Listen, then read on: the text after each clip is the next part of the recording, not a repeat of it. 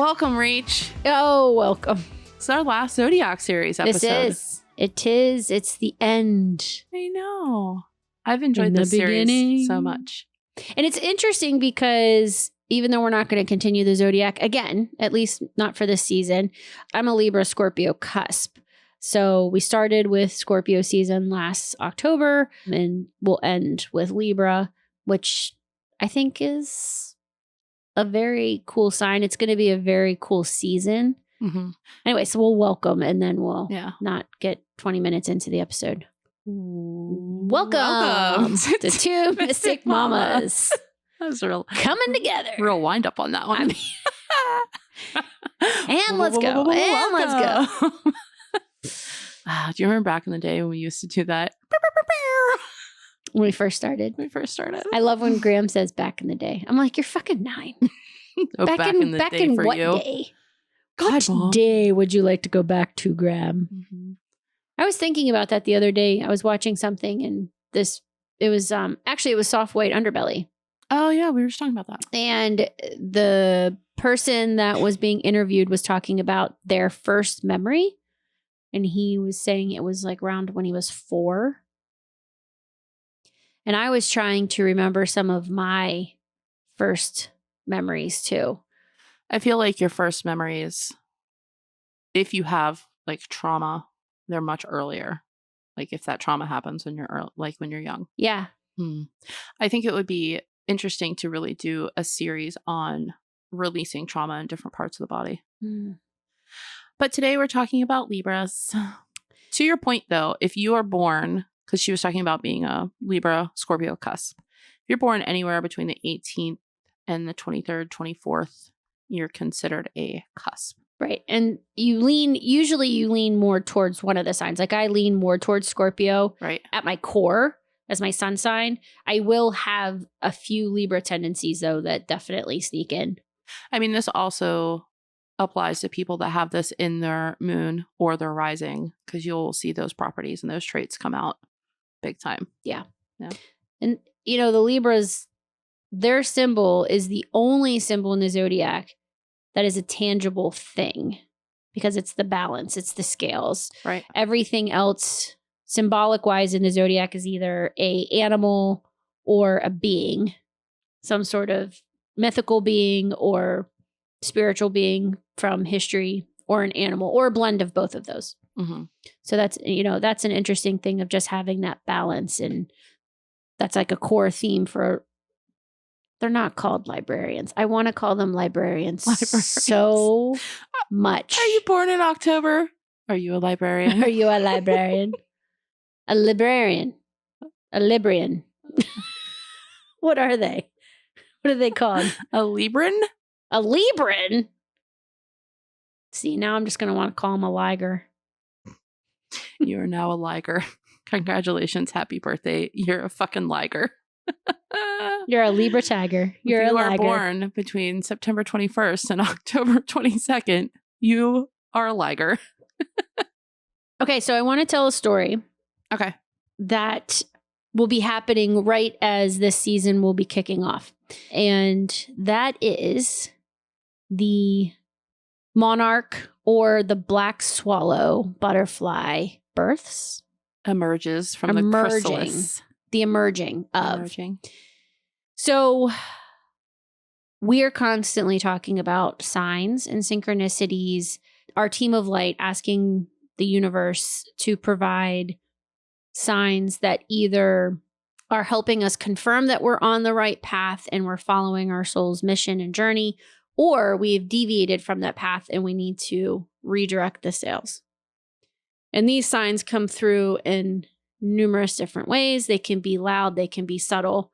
Usually if they're more loud and intense, it's like, hey, fucking listen up, homie. Like, what are you doing?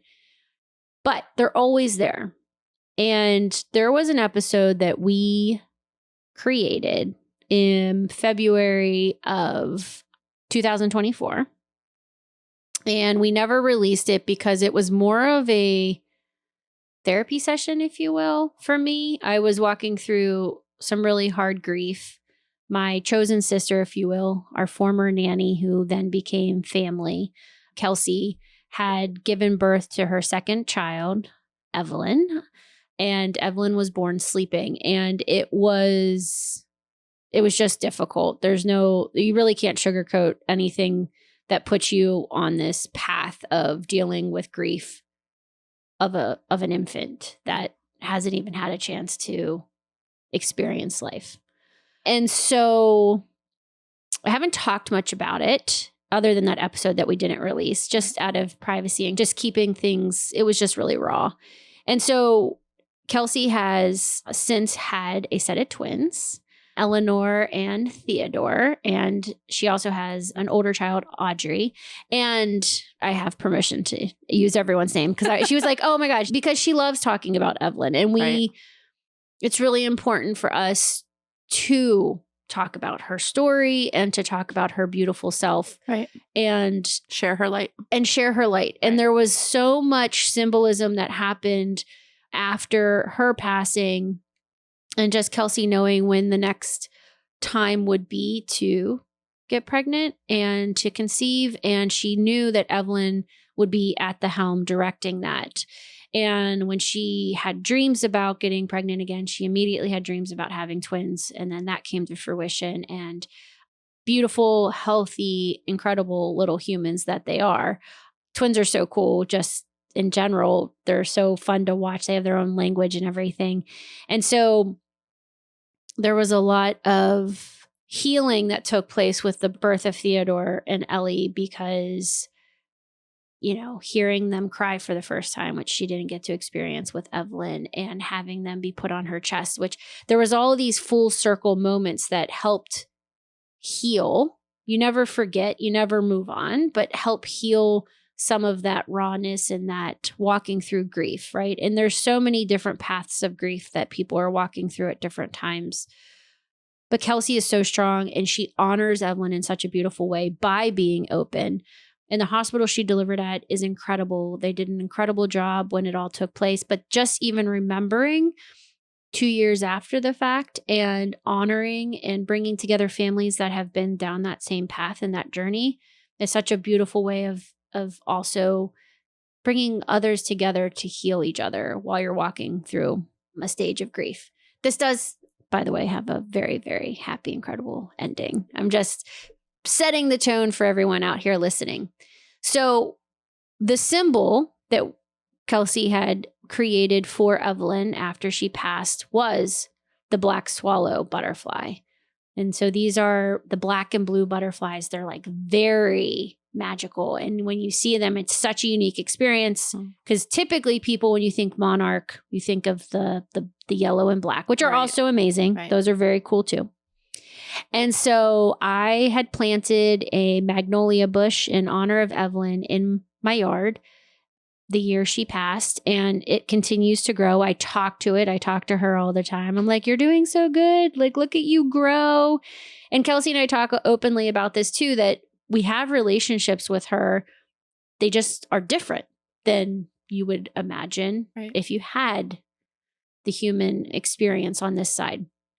And so her bush, her magnolia bush, is right next to my raised garden bed at the top of my yard. And the other day I went outside and I needed parsley. And I was like, look at that funny looking caterpillar. And then I was like, oh my God, I think it's a monarch butterfly caterpillar, right? And then I got down closer and I was like, oh my God, there's 3 of them. Oh, that's so great, right? And at this point, I'm still thinking they're just monarch butterflies. You sent me a video. Yes. And you're like, look at the monarchs. Yes. Yeah. I'm like, oh, this is so great. And then Kelsey called. Perfect timing. I was like, look at these. And then we started, and I was like, oh my God, there's 6. I counted 6 caterpillars on this little bush of parsley. And I'm like, oh, that's so great. Oh, whatever. So then we're like inside, I'm like looking them up. And I was like, oh my God. I was like, what if they're black swallow butterflies? Well, sure as shit, that's what they are. So there's 6 people in Kelsey's family. There's 6 caterpillars growing on this parsley bush, which I am going to get a butterfly enclosure because they are apt to getting eaten by predators. And I do not want any of them to get eaten by predators. I will protect you, baby caterpillars. And we'll share some of this on our stories so you guys can visually see all these things. But it's just so beautiful. And this is a sign of Libra season, of that rebirth. And butterflies in general are huge symbols for what you've been manifesting and what you've been creating that have then come to be a beautiful symbol of flying and showing your colors and your true wings and expanding and doing all of these things. And so they will be hatching and emerging from their chrysalises right around this time. And I am so fucking excited. I love There's that my so story. much. Well, Libra season 2 is all about, like you were talking about, balance, but also beauty and harmony. And the big thing is relationships. And you guys are talking about how you can cultivate a relationship with people that are not Earthside anymore. And that's something that you can really dig into and lean into if you've lost someone during this season, because the veil is thinner during this time as well, right? We're getting closer and closer towards All Hallows Eve, when the veil between earth side and spirit side is thin and we can communicate the greatest with those that have passed. Yes. And I love that you were able to communicate with her in this way. And she's just constantly showing up for you guys. Yeah, she's so strong. Yeah. She is just like, hey, I'm here. I'm going to stick around, which we've always felt. Kelsey feels her all the time. And, Libra is an air sign. So when you just think about butterflies flying through air, I'm like, oh my God, it's just all coming together. Thanks for sharing. That's so cool. I know. Yeah. I think another one of the big takeaways from this season is that we're shifting from Virgo, which is very detail oriented, to Libra, which is very connection based, right? Yeah. Networking. Right. Communication. Exactly. And also attached to Venus. Yes. Very much so. Again, is all about like digging into that love and the beauty and really the beauty in connection, which I think is like, Libras are social butterflies. Honestly, like they're super, super social. Yeah, they definitely have that social magnetism. Mm-hmm. And with Libra, with Venus being in Libra at this time, it's a huge opportunity, like, to really lean into that part of the energy. And a lot of amazing things. I always talk to the kids about this too. Communication is such a powerful tool. Mm-hmm. And, I'm a big question asker. I like to ask a lot of questions. I'm always curious about how people got to where they are.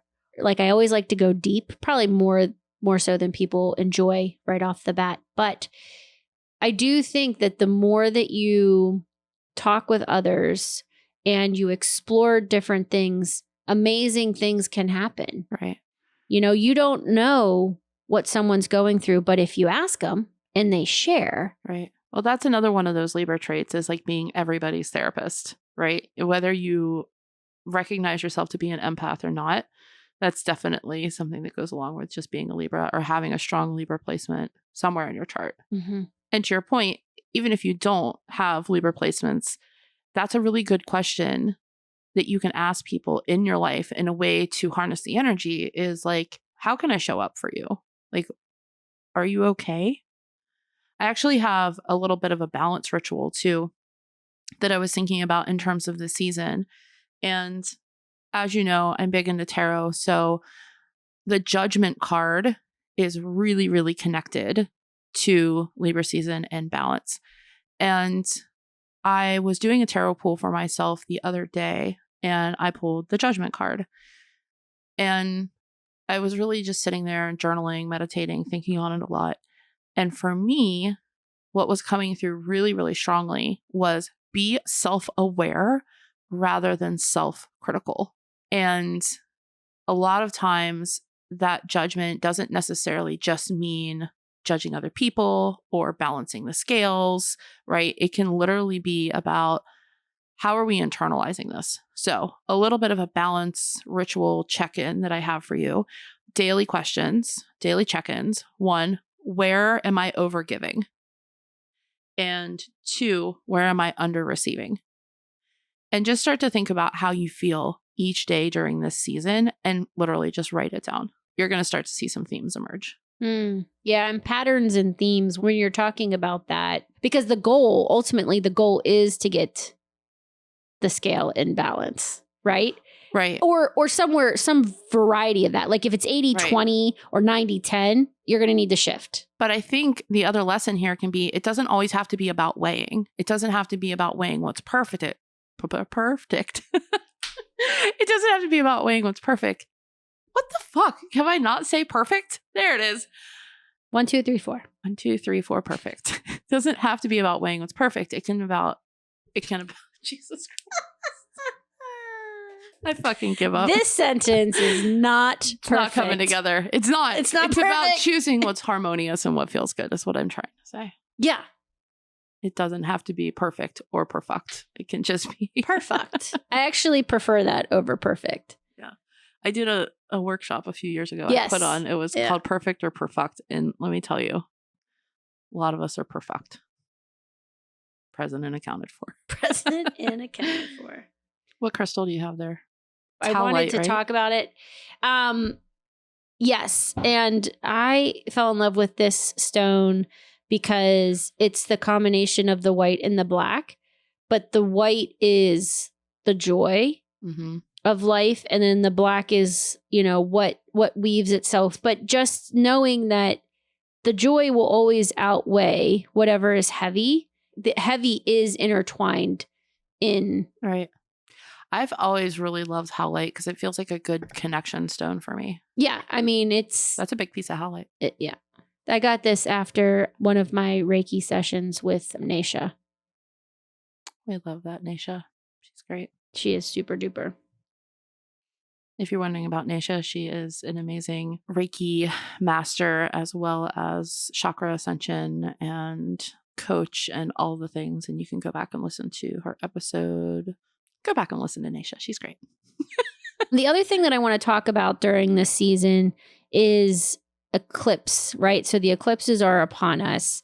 And what does that energy look like also in conjunction with? And I was listening to something on the way up here, which I thought was really fascinating. Not only was Hagen Fox talking about it, but so was Chris Corsini.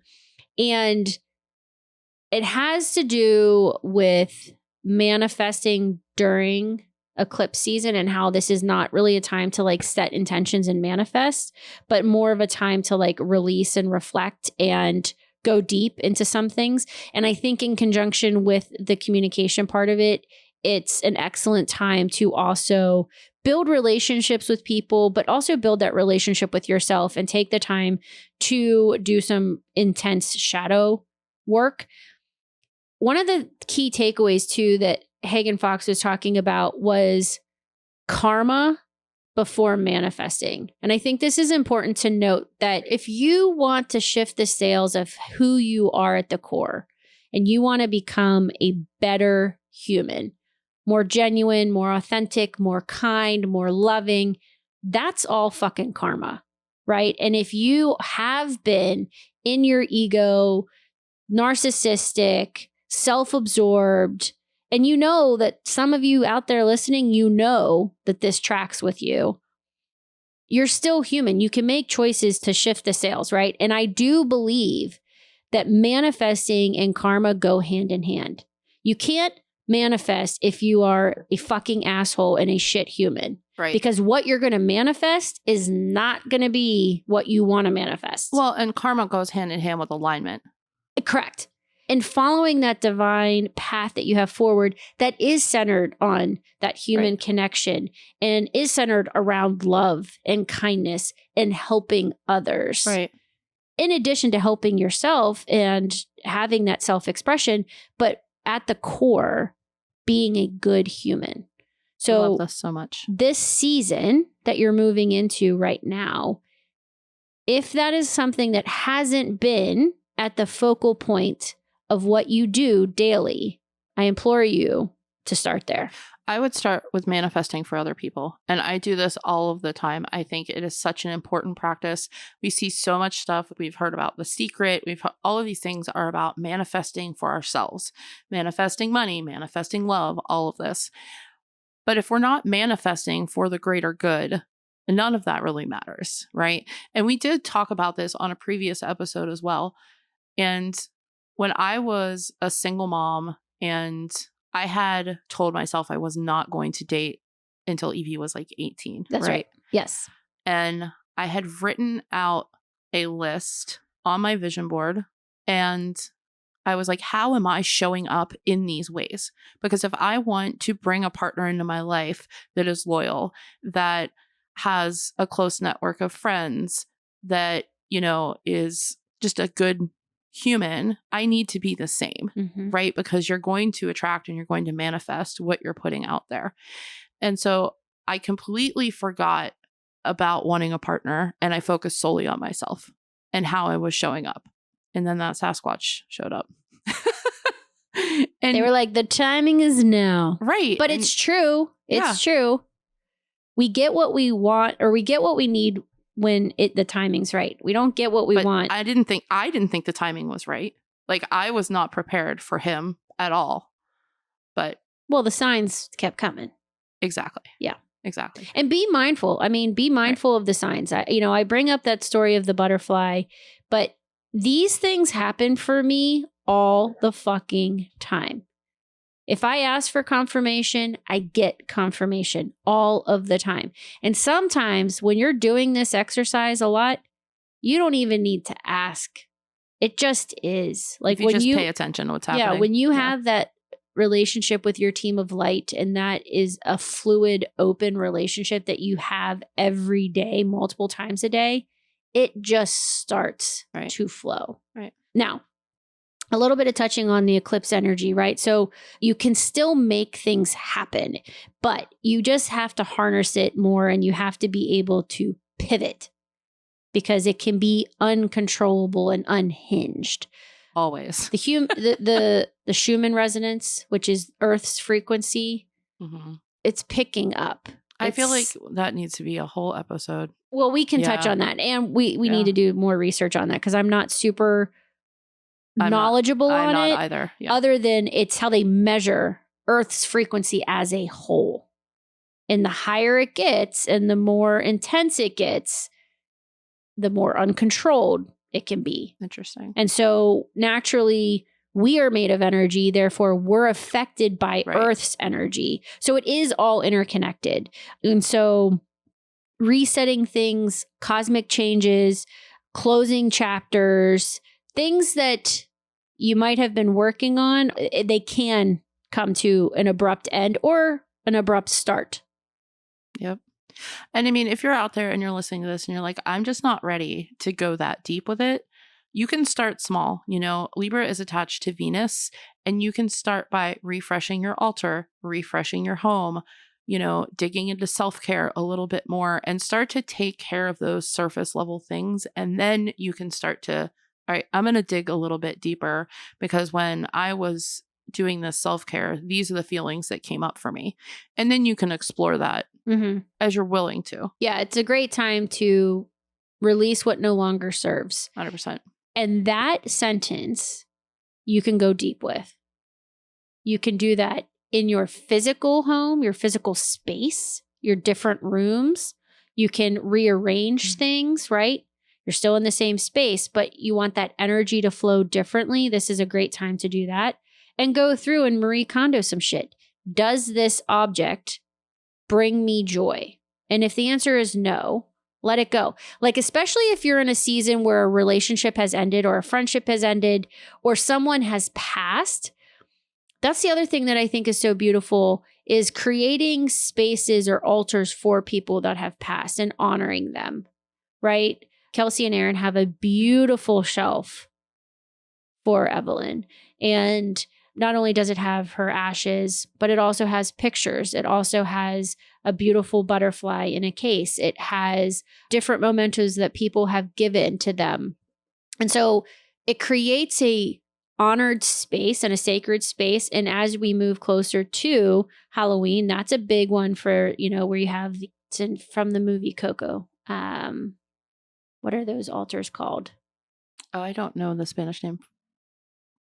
But you make their favorite food and you bring about marigolds, which are super symbolic. So release what no longer serves. If you take nothing away from this episode, release what no longer serves in this season in conjunction with yourself, your relationship with yourself, in relationship with others, and do a reset in that way. And if you don't know, you're like, I don't know what I need to release. Start with, what do you need to rebalance in your life? Sure. Start there. And for me, I just did a cord cutting, and I literally had a cord. I did a different kind of cord cutting than I normally do. And I had a cord that I literally cut as I said my intention over a flame and allowed it to burn. And it was so powerful for me. And it was a whole ritual that I had done around this. But what kept coming back for me was negative thought patterns are my limiting belief that I need to release. So then digging into like, okay, what are those negative thought patterns? And then every day I'm journaling on it. Yes. And replacing them with positive thoughts. Yes. Yes. Right. No, I love that, because I think that that's a beautiful message too, because someone or something or someplace can be symbolic of what the deeper issue is within yourself, right? It's not that actual person, place, or thing. Yes, you need to cut the energetic cord to that person, place, or thing. But when you dig in deep to what's at the root of this, it always comes back to yourself. It's something within yourself. Well, and for me, this was actually thought patterns that were ingrained and conditioned into me as a young child. Yes. And so I had to reframe that to myself as, this is a thought loop. This is not a truth. No. And to that, when you have things that come from childhood, it takes work. This is not a ritual of work or one exercise that you do one time and you're like, oh, that's good. See you later. Don't have to revisit that. Yeah, no. You have to do this shit over and over again. It's something that continually comes up and you're like, oh my God, I thought I've done so much work on this. And to that point though, when you are going through this whole process and you are moving forward, you're going to find that the minute you start doing this work, the minute you start feeling release, that thing is going to come crashing back into your life. Whether it's a feeling, it's a person, it's a habit, it is going to emerge. It's going to be the test. As soon as you think you have a handle on it. It's going to be the test. It literally happened to me the other day. Yep. And the test is so funny. I always say God, divine source energy has a really funny sense of humor, because you will be tested again. You will be tested and you will make a choice. You will either repeat what has happened in the past, or you will recognize and be like, oh, this is the test. And you will go down the different path, which I'm very excited for Libra season. This is so am I. The energy this particular year that we're moving into. I just feel that it's raw and it's electric and it's there. It's in the air, right? Like Libra, this is an air sign. So it's going to be around us all the time. I've felt that way since I know a lot of people in the beginning of 2025 are like, man, this is going to be a hard year. I've always felt good about this year, knowing that it's going to be hard, but it's going to be completely transformative. Yes. And it feels really good in the hardest ways. It's so true though, but I feel like when you put in the work, work is rewarding. Right. And intentional. I feel like we've been very intentional with where our energy goes and rebalancing ourselves. Right. To be like, does this serve? Are we spending energy here? I mean, we just had a conversation not too long ago where it wasn't my most favorite conversation as far as like, we were just like laughing. Right, we were like, these are our favorite parts about ourselves. But it was so important. Agreed. And it was done with love and with appreciation and a rawness that was uncomfortable at times, but it was setting us up for this season, this Libra season, and then moving into the end of 2025 to execute, to bloom, to emerge from a chrysalis. That, you know, there's 5 steps to a butterfly becoming a butterfly. And they don't always make it. A lot of times they fucking don't make it, right? There's predators out there. There's always predators out there that are lurking, that are going to try to capitalize, that are going to, you know, shut you down or eat you up. And you gotta just keep going. Evie and I were in Costa Rica in 2017, and we went to this eco nature reserve that was there, and they had the most amazing butterfly enclosure. And they were just literally everywhere. Like, you walk through it. I'll have to see if I have any I feel like videos Costa Rica that I could share from that, because it was incredible. You were just surrounded by butterflies. Yeah, the environment I've never been to Costa Rica. It's on my bucket list. I have a buddy that owns a yoga retreat down there. Excuse me? Yes. Why are we not going there? Well, you know, it's like anything else. She just now tells me that there's you didn't tell me retreat about Lilydale. Listen, we both got shit in our closet, girl. All right, Lilydale and Costa Rica. Here we come. Lilydale's maybe a little closer. But yeah, my buddy Sean from completely different lifetime ago had a crazy, stressful, very successful job in Manhattan and fucking left all of it. I don't know if he had a spiritual awakening, if he had a crash and burn type thing, and opened up a yoga retreat in the jungle in Costa Rica. Awesome. Yeah. I would like to visit. Yeah. All right. So I think that we can share a couple of practical tips before we go on how to flow in Libra season, how to harness this. And this can be in work, in relationships, in self-care. Number 1 is allow yourself to lean into the beauty of this season, right? It is Venus energy. It is attractive energy. So, you know, take a little care with yourself.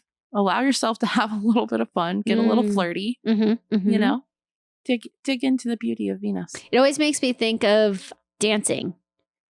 And lately I've been really trying to dance and allow my body to flow without thinking. Yeah. You just move more energetically. Yes. Yeah. And like, especially in my hips, especially just, and by myself, right? Because I do not need any critical 12-year-old over here being like, Mom, what dance are you doing? Mom, can I show you a dance that I learned? Sure. Fucking TikTok dances. I mean, what? But I think that exercise of just allowing yourself, you know, put on music that channels you into a vibe. And whatever that vibe may be, maybe you're stressed out. So put on some music that allows that to flow through you. Like for me, it would be EDM dance music. Like I like to put on a good like techno beat, and that will allow me to like really flow and vibe. If I'm in a space where I need to be grounded and calm and thinking more logically and allowing my brain to calm down, then I'd put on more of a lo-fi vibe, maybe like funk or jazz that allows that to just... Because, you know, we've talked about this on other podcasts, but Hertz beats. Different frequencies of sound. Yeah. Yes. There's science behind this and how it works with our brain, right? So that would be just in going in with what you're saying. Just well, I think the opposite of all the shadow work we talked about is leaning into pleasure. Oh, for sure. So music, it's dancing, that balance. Good food. Yes. Fashion, whatever strikes your fancy. Yeah. If you're doing the work, say you do an exercise, or you have a day where you did a lot of shadow work, or you did a lot of working on a particular relationship or cutting cords or whatever, right? Give yourself a day after that to be like, okay, what is something I really like to do? And yeah, those relationship check-ins are so important. Yeah. Though. Like they strengthen the bonds. Check in with yourself, with your friends, with your partners, and allow yourself to grow from where you're at. I think Andrew Huberman was saying that he has a list of like maybe 5 or 10 people that he sends a message to, a text message to every single morning that just says, good morning, I'm thinking about you. It doesn't warrant a response. Right. It's just if that person on the other end of that needs to hear it, like maybe he has 5 people he does every day, like in his core group, but then he picks 5 people that he doesn't communicate with every day and he just sends them a text. Yeah. Again, it's that exchange. you don't know what someone else needs, right? And it's like when you get that download to reach out to that friend, don't dismiss that message. Reach out. Even if it's like, hey, I was just thinking about you. You don't need a response in return. It's just letting them know. I did that yesterday. Same. Like, I had no clue that she needed it. I just picked up the phone and called her. Yeah. I will say too, letting them know how you feel. So I do this with Evie. I have a thing called Friday Feels. And on Fridays, and I only do it during the school year, I text her whatever I'm thinking about that I just want her to remember how I feel about her. Mm-hmm. And similarly, when we do our family meeting every week, we have to say one thing that we were inspired by that each person in the family did that week. I love that. And it creates a different level of connection. Yes. Because then you don't realize like, oh, wow. I don't even think about this thing that I did that inspired my daughter or my husband. Especially in a season of what could be felt as disconnect, right? When everyone's going in 9 million different directions and we all have these like, different moving targets, it feels like. And a lot of times, and I know you and Charlie do this too, you have to divide and conquer. There's no like staying together as a cohesive unit. It's like, who's taking this kid to what thing? I have to be over here. I have to do this. And so when you have those check-ins, it is important. Keeps you kind of on the straight and narrow a little bit. So you're not feeling like you're off in left field, just being like all by yourself. Yep. Which I can relate to sometimes. Schedule the date, make the call, send the text. Yeah, the date. Yeah. What a nurture intimacy. Yeah. Oh my gosh. All right, guys. We love you so much. Yes. Go harness some librarian energy. Librarian. As Rachael would say. And if you're listening to this episode on Spotify or Apple, we do have our beautiful faces on YouTube. So join if you want to see us there, we would love it. We're at 51. We're moving up in the world. 51 going to 1 million. Also on Instagram, please share us because we can't go live until we have 1,000 followers. Yes. Don't you want to be our 1,000th follower? Or do you want to be 1,001? Or do you want to be 10,000? 1111? Oh my God. 2. Okay. All right. Love you guys. Bye.